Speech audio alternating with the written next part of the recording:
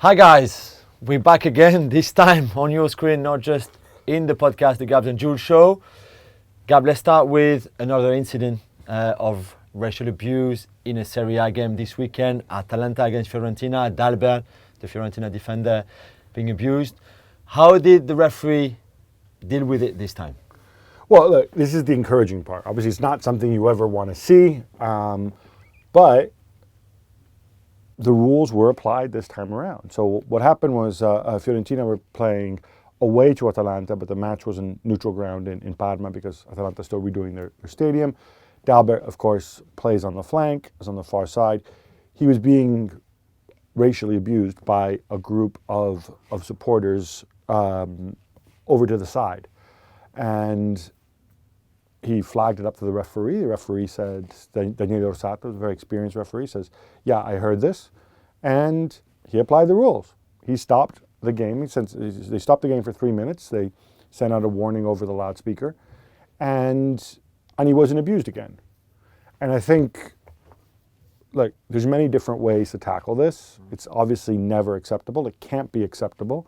You have to fight back. And what I draw strength from here is that hopefully this will empower more players who are racially abused, to come forward, to demand their rights from the referee, empower more referees to say, hey, look, if Orsato did this, I can do it too, and deal with things this way. Because the whole mood shifts, the whole spotlight thing becomes easier to identify people, and it becomes easier to reach your goal, which is ultimately for this to stop. And you also showed that it worked because it didn't happen again. So the ref stopped the game and said the next time, we can cancel the game completely. Yeah. So stop doing your, the abuse and everything. And it worked. So it shows that it's working, that the protocol actually works.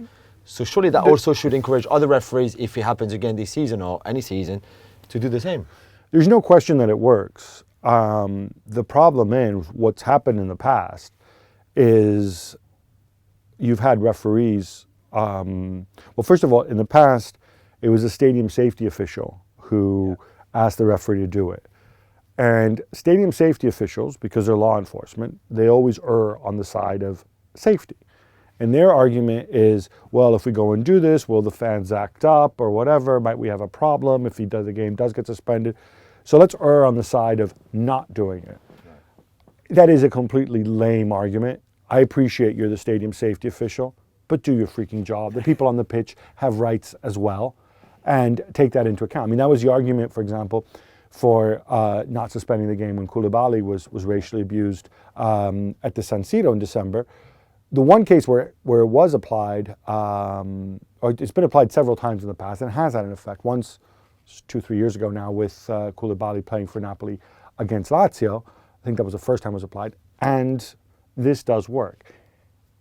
It's not the only thing that needs to be done. You need to do more. You need to do a lot more. And as we've said before, you need to identify the people responsible, have the technology to do it. That will take time. If you can't get official banning orders for them, you can isolate them. You can name and shame them in public. Yeah. And the other thing is, and I've said this before, Carlo Ancelotti has said he's going to do this.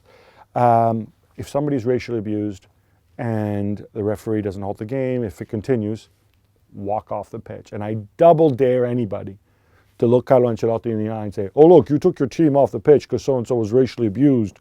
You're going to forfeit the game. Nobody is going to have the balls to go and do that to somebody like Carlo Ancelotti when they know that he's got the moral high ground.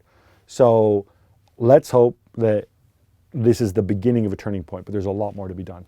Thanks for watching ESPN on YouTube, and for more sports highlights and analysis, be sure to download the ESPN app, and for premium content plus live streaming, make sure to subscribe to ESPN Player.